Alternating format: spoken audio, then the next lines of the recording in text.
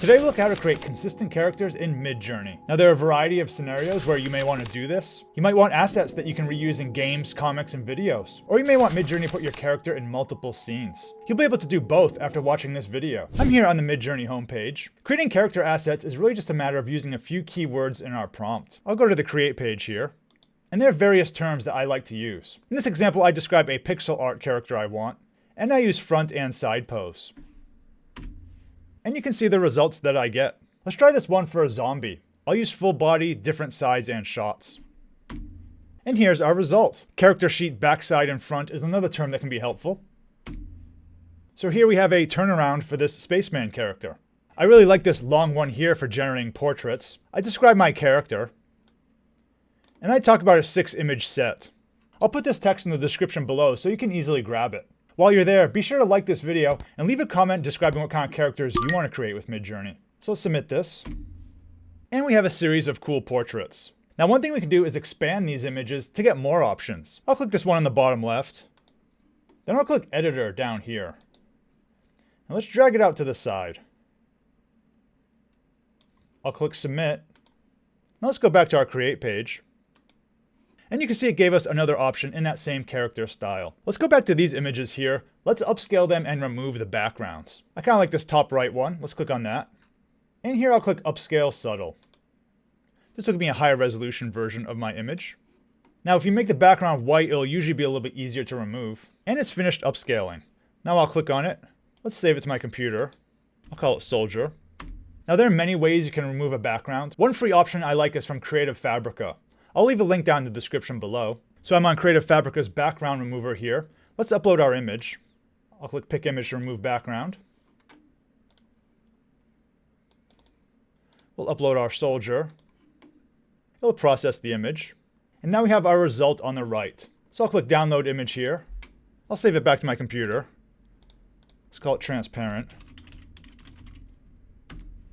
Now sometimes the background remover can get a little over-eager with how much it removes.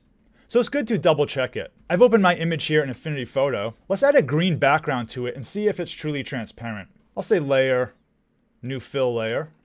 Let's make it green, put it on the back. And I think it looks pretty good.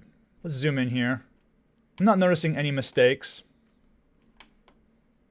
Maybe down here we can erase a little bit. It didn't quite get that white. I'll just add a mask. I'll draw a rectangle here.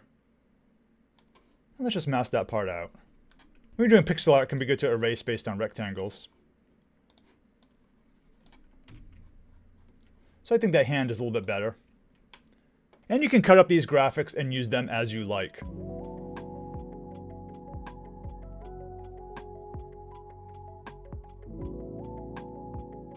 Now let's look at putting a character in a scene.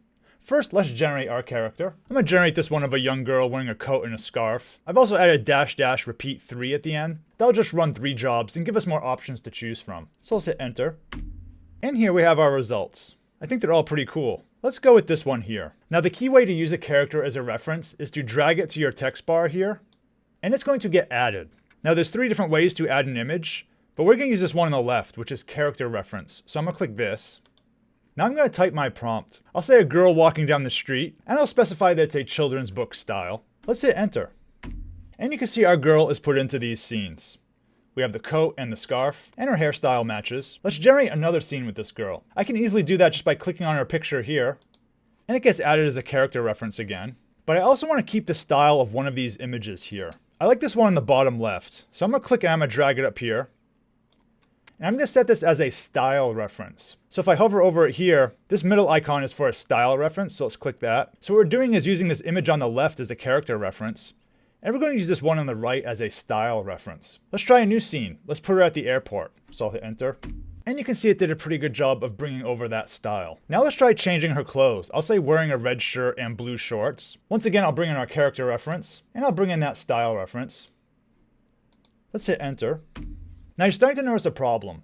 It didn't really follow what I wanted for the clothes. That's because by default, when MidJourney uses a character reference, it also tries to match clothes and accessories. But thankfully, we can actually change this. We can change the look of our character with a tag called character weight. That's --CW.